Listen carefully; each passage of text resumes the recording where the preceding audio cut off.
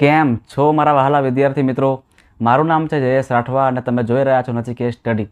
મિત્રો, આપણે ગયા વિડીયોની અંદર ચેપ્ટર નંબર 3 ચતુષ્કોણની સમજની શરૂઆત કરી હતી, જેમાં આપણે એની કેટલીક બેઝિક થિયરી ભણ્યા હતા. બરાબર છે ને? કે ભાઈ સમતલ કોને કહેવામાં આવે, વક્ર કોને કહેવામાં આવે, પછી વક્ર પાછા બે પ્રકારના પડે છે કે ભાઈ સરળ વક્ર અને સરળ બંધ વક્ર. આની પણ આપણે કેટલીક માહિતી મેળવી હતી. ત્યાર પછી બહુકોણ કોને કહેવામાં આવે, એમાંય પાછા નિયમિત બહુકોણ કયા અને અનિયમિત બહુકોણ કયા, એની પણ માહિતી મેળવેલી.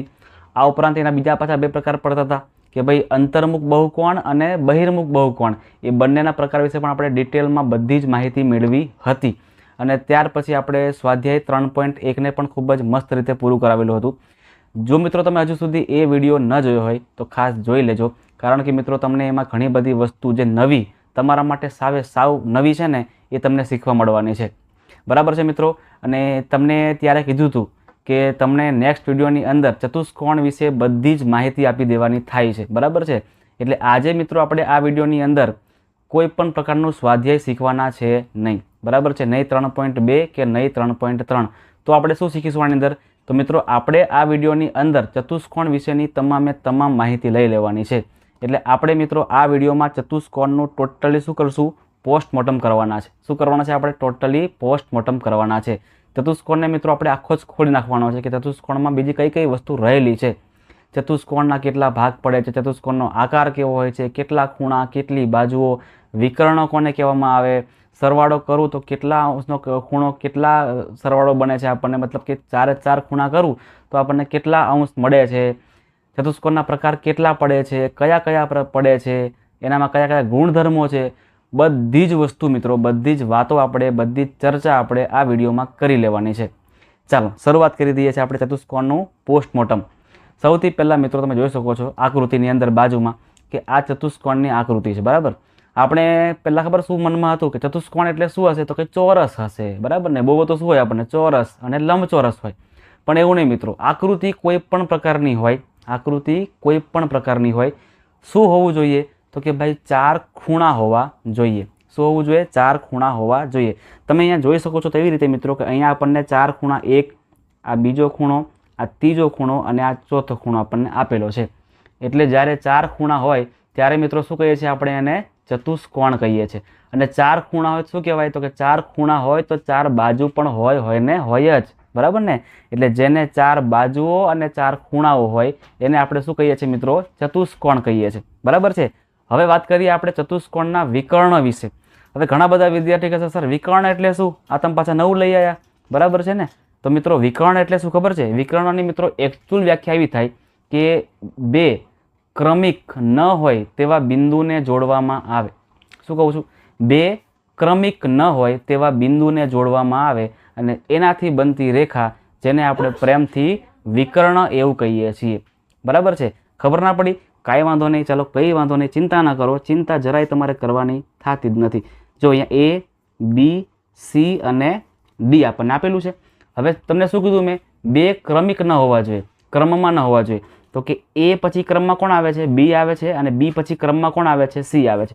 તો આપણે અત્યારે Aને લેવાનું, એને આપણે લેવાનું છે, B લેવાનું નથી અને C પાછું લઈ લેવાનું. એટલે કે ક્રમિક નથી ને આ બે, આ A અને C બંને ક્રમિક નથી. અને હવે આપણે એને બંનેને જોડી લઈએ છીએ ત્યારે આપણને જે મળે ને, આને શું કહીએ છીએ? આપણે વિકર્ણ કહીએ છીએ. એવી રીતે આ B અને D પણ ક્રમમાં નથી આવતા, સામે આવે છે. એટલે એને પણ આપણે જોડી લઈએ તો મિત્રો આ બની ગયા આપણા વિકર્ણ. શું બની ગયા? વિકર્ણ બની ગયા. યાદ રાખજો. બરાબર છે? ચલો ત્યાર પછી આપણને એક્ઝામમાં એક ક્વેશ્ચન પૂછાય અને એ ક્વેશ્ચન ખૂબ જ ઇમ્પોર્ટન્ટ છે અને ઘણા બધા વિદ્યાર્થીમાં ભૂલ કરતા જ હોય છે.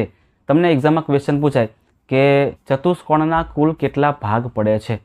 લખી દઈએ. ચલો આપણે લખી દઈએ. લખીને કરવાનું છે આપણે. ચતુષ્કોણના ભાગ.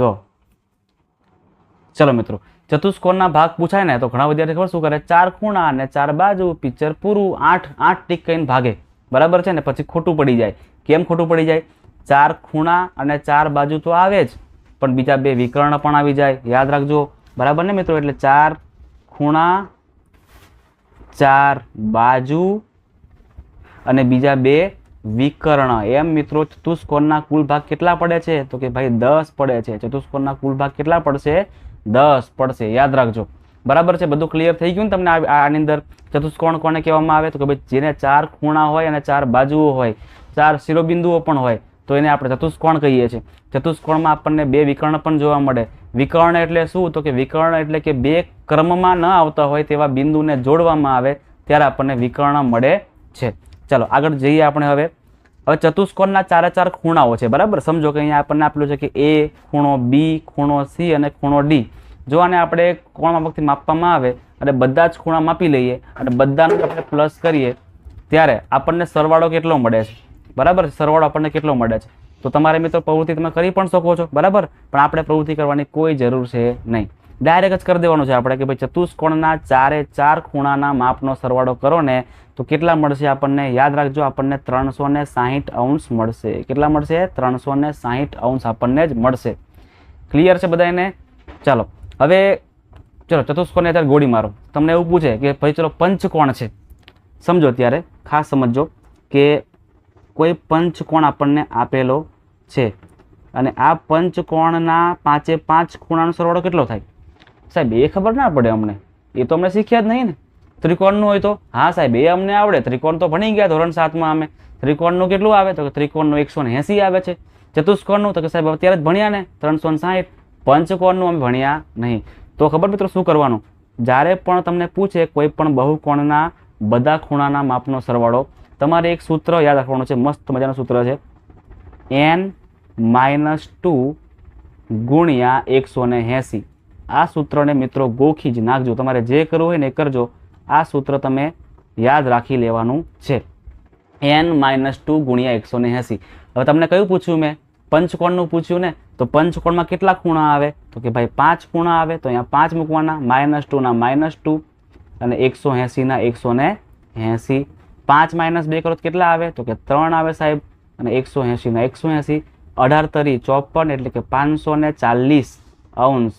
મળી ગયું ને? મળી ગયું ને? પંચકોણના 5 ખૂણાના માપનો સરવાળો 540 થાય. ચાલો કોઈક પૂછે સાહેબ ષટકોણનું કેટલું આવે? કરો તો ષટકોણનું. ચાલો કહેવાનું ષટકોણનું કરીએ આપણે. ષટકોણમાં કેટલા ખૂણા આવે? તો કે ષટકોણમાં 6 ખૂણા આવે. 6 માંથી 2 ને માઇનસ કરો અને ત્યાર પછી 180 કરવાના છે. 6 - 2 કેટલા આવે? 4 ગુણ્યા 180.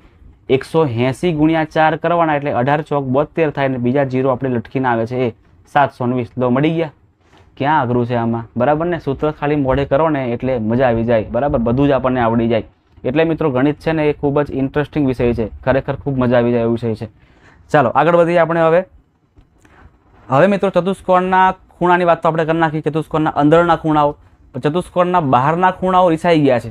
બરાબર છે? એ શું કહે છે કે સાહેબ અમને તો પૂછો, અમને તો સરવાળો કરો. તો યાદ રાખજો કે ચતુષ્કોણના અંદરના 4 ખૂણાનો સરવાળો કરો ને તો કેટલો આવે? 360.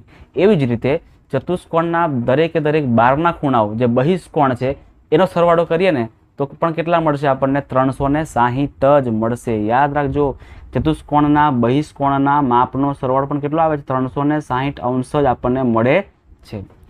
મિત્રો એક વાત ખાસ યાદ રાખજો કે ત્રિકોણમાં 180 હતા અંદરનો ખૂણો, બહારનો ખૂણો 360 હતો. બરાબર છે? ત્રિકોણમાં અંદરનો ખૂણો 180, ચતુષ્કોણમાં અંદરનો ખૂણો 360, પંચકોણમાં 540 મળ્યા, ષટકોણમાં 720 મળ્યા આપણને અંદરના ખૂણા. પણ જ્યારે તમને પૂછે કે બહિષ્કોણ જણાવો તો મિત્રો દરેકે દરેક બહુકોણ હોય, એ ત્રિકોણ હશે, એ ચતુષ્કોણ હોય, પંચકોણ હોય, ષટકોણ હોય, સપ્તકોણ હોય, દરેકે દરેક કોઈ પણ બહુકોણ માટે બહિષ્કોણનો સરવાળો હંમેશા 360 જ થાય છે. આ વાત મિત્રો હંમેશા મગજમાં ફિટ કરી રાખજો. બરાબર છે? એટલે કે અંદરના ખૂણા અલગ હોય તો બહારના ખૂણા પણ અલગ આવે એવું નહીં. બહિષ્કોણોનો સરવાળો 360 જ થશે. 360 જ થશે. બરાબર છે? ચાલો આગળ વધીએ છીએ આપણે. હવે આપણે જાણીએ મિત્રો ચતુષ્કોણના પ્રકારો વિશે, અને આ જ આપણા માટે વધારે ઇમ્પોર્ટન્ટ છે. ચતુષ્કોણના મિત્રો પ્રકાર કેટલા પાડવામાં આવે છે આપણે દરેક પ્રકારને આમાં આપણે સમજવાના છે. જેમાં સૌથી પહેલો પ્રકાર આપણે જાણીએ છીએ, સમજીએ છીએ, અને એ પ્રકારનું નામ છે સમાંતર બાજુ ચતુષ્કોણ, જેને પ્રેમથી આપણે કહેવાનું છે સબાચ. શું કહીશું આપણે એને? સબાચ. સમાંતર બાજુ ચતુષ્કોણ. બરાબર છે ને? ચાલો એમાં આકૃતિ કેવી આવશે તમે જોઈ શકો છો કે આકૃતિ જો સીધી નહીં, કેવી છે? વાકી છે. કેવી છે? વાકી છે. તમે જોઈ શકો છો કે આકૃતિ થોડી ક્રોસમાં છે. તો આવી રીતે આ જે આકૃતિ છે એને આપણે શું કહીશું મિત્રો? આને કહીશું આપણે સમાંતર બાજુ ચતુષ્કોણ, એટલે કે સ બા ચ. આમાં કયા કયા ગુણધર્મો છે ચલો જોઈએ. સામ સામેની બાજુની લંબાઈ સમાન હોય, સાચી વાત છે. તમે જોઈ શકો છો અહીંયા આપણે લખી દઈએ છીએ કે એ, અહીંયા આપણે બી કરી દઈએ, અહીંયા આપણે સી અને અહીંયા આપણે ડી કરી દઈએ. તો આ એ બી અને આ સી ડી એ બંને સામ સામેની બાજુઓ કહેવાય. અને સામ સામેની બાજુ કેવી તમે જોઈ શકો છો કે સરખી જ છે. કેવી છે? સરખી. એવી રીતે એડીનું માપ અને બીસીનું માપ એ પણ કેવા છે? બંને સરખા છે. આપણે આવું બતાવી શકીએ છીએ કરીને કે ડબલ ડબલ લાઈન એટલે કે આ બંને સરખી અને આ સિંગલ સિંગલ એટલે આ બંને પણ સરખી. એવી રીતે મિત્રો સામ સામેની બાજુઓ સરખી હોય ને તો યાદ રાખજો કે હંમેશા સામ સામેના ખૂણા પણ સરખા જ થાય. એટલે જે ખૂણો આપણો એ મળે ને એટલો જ ખૂણો આપણો સી પણ મળે. જેમ કે અત્યારે આપણો એ વાળો ખૂણો 130નો હોય તો એવી રીતે સી પણ આપણને કેટલો મળે? 130નો જ મળે. એવી રીતે બી ખૂણો આપણો 70નો હોય કાં તો આપણે 50નો હોય તો ડી પણ આપણને કેટલો મળે? 50 જ મળે. બરાબર છે? ખબર પડી 2 પોઈન્ટ. અને વિકર્ણો પરસ્પર દુભાગે છે. આ શબ્દ તમે નવો લાયા, આ દુભાગે શબ્દ તમે નવો લઈ આવ્યા છો. આ તો ખબર જ નહીં પડતી અમને દુભાગે એટલે શું. તો મિત્રો દુ એટલે 2 અને ભાગે એટલે ભાગ કરે છે. આ બંને વિકર્ણ જ્યારે જોડું ને તો આપણને વચ્ચે એક પોઈન્ટ મળે. જો તો આ વચ્ચે પોઈન્ટથી અહીંથી લઈને આટલો ભાગ અને અહીંથી લઈને આટલો ભાગ એ બંને પણ કેવા હશે? સરખા હશે. એવી રીતે અહીંયા અહીંથી લઈને આટલો ભાગ અને ઉપર અહીંથી લઈને આટલો ભાગ એ બંને પણ કેવા હશે? સરખા હશે. એટલા માટે કહી શકાય કે સમાંતર બાહુ ચતુષ્કોણની અંદર વિકર્ણો છે ને એ પરસ્પર દુભાગે છે, એ સરખા સરખા ભાગ કરે છે. પણ મિત્રો વિકર્ણો સરખા હોતા નથી. આ વાત પણ ખાસ યાદ રાખજો. તમે જોઈ શકો છો એવી રીતે કે આ વાળો જે વિકર્ણ છે ને આ બીડી વિકર્ણ, આ બીડી વિકર્ણ મિત્રો એ એસી કરતા મોટો છે. જોજો તમે ખાસ ધ્યાનથી જુઓ.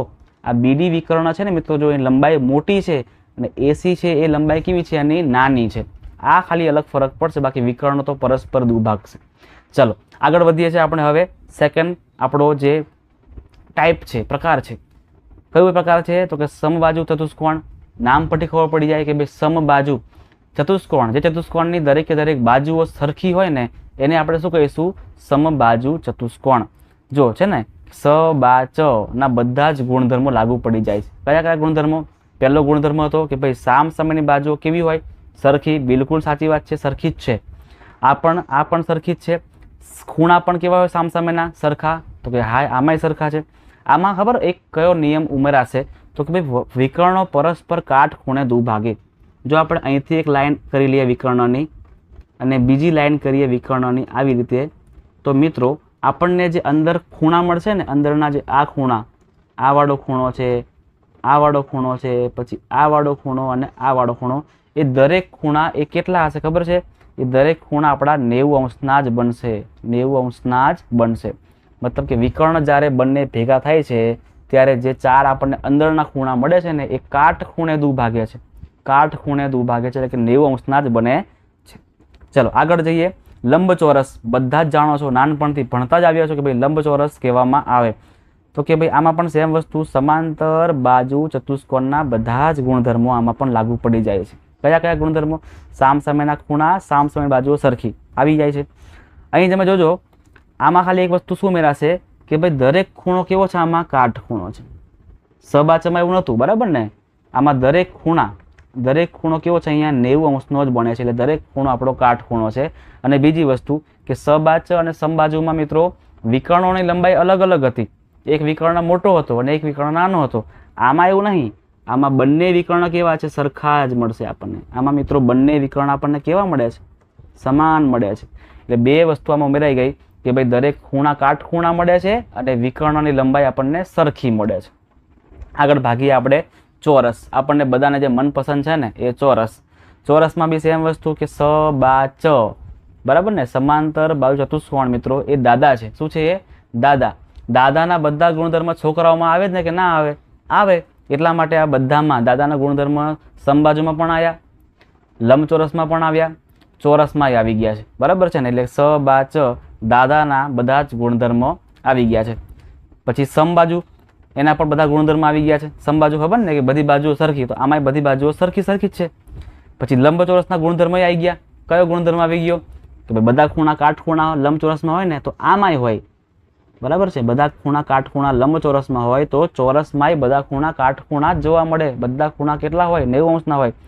આમાં એક વસ્તુ શું આવશે તો કે ભાઈ દરેક બાજુ સરખી, જે જાણીએ છીએ આપણે ચોરસની દરેક બાજુ કેવી હોય છે? સરખી. એટલા માટે આપણે નિયમિત ચતુષ્કોણ પણ કહી શકીએ છીએ.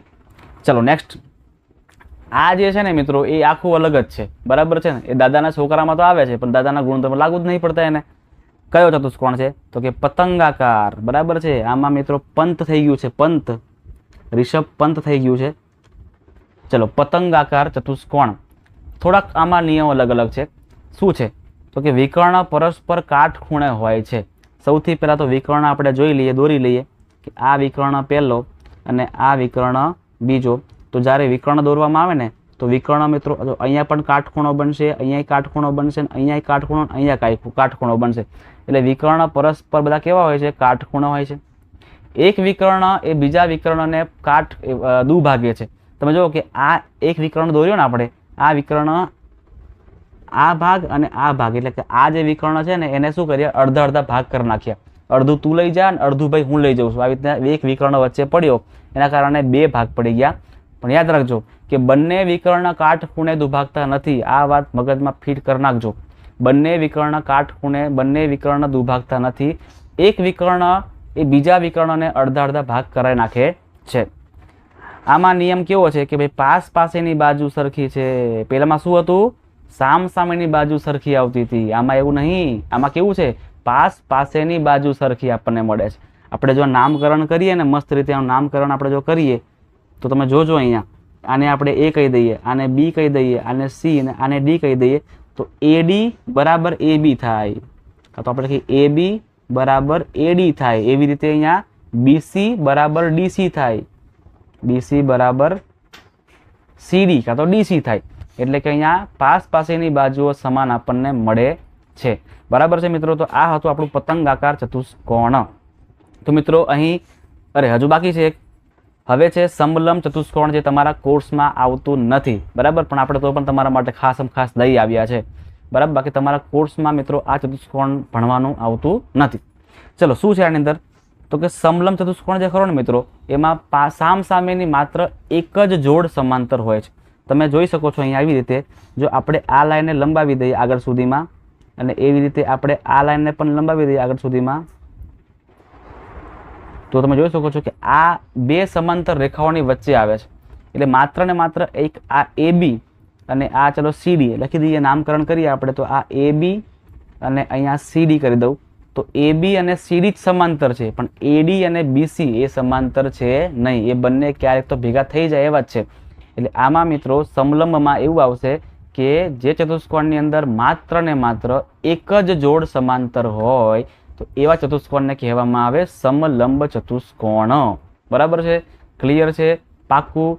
ચાલો તો મિત્રો અહીંયા આપણો જે વિડીયો છે ને એ ફાઇનલી આપણે અહીંયા પૂરો કરીએ છીએ, જેમાં મિત્રો આપણે ટોટલી ચતુષ્કોણની બધી જ માહિતી તમને આપી. ચતુષ્કોણના પ્રકાર, ચતુષ્કોણના માપનો સરવાળો, ચતુષ્કોણના બહિષ્કોણના માપનો સરવાળો, ચતુષ્કોણના દરેક પ્રકાર વિશેની બધી જ માહિતી, એના આકાર કેવા હોય છે, બરાબર, એના ગુણધર્મ કયા હોય છે, મિત્રો બધી જ માહિતી તમને આ વિડીયોમાં આપેલી છે. તો ખાસ મિત્રો જે પણ વિદ્યાર્થીઓ ચેનલ પર પહેલી જ વાર આવી રહ્યા છે અને વિડીયોને પહેલી જ વાર જોઈ રહ્યા છે, અને એ તમામ વિદ્યાર્થીઓ ચેનલને મિત્રો સબસ્ક્રાઈબ કરી નાખજો. વિડીયોને પણ લાઇક કરી દેજો અને તમારા મિત્રો સુધી, તમારા કાકા, મામા, માસી, ફોઈ, દરેક દીકરા દીકરીઓ જે ધોરણ 8માં ભણી રહ્યા છે ને એ બધા જ વિદ્યાર્થીઓને, બધા જ બાળકોને આપણા વિડીયોને મિત્રો શેર મારી આપજો. કરશો ને એટલું તો મિત્રો ખાસ મળીએ છીએ આપણે નેક્સ્ટ વિડીયોની અંદર, જેમાં આપણે 3.2ની શરૂઆત કરાવીશું, જેમાં એની કેટલીક થિયરી છે.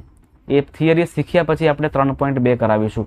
તો ખાસ બન્યા રહેજો, આવી રીતે વિડીયોને જોતા રહેજો, ઘરે પ્રેક્ટિસ કરતા રહેજો, મસ્ત મજાના રહેજો અને આપણા વિડીયોને જોઈને ખાસ લાઇક, કોમેન્ટ, શેર કરતા જ રહેજો.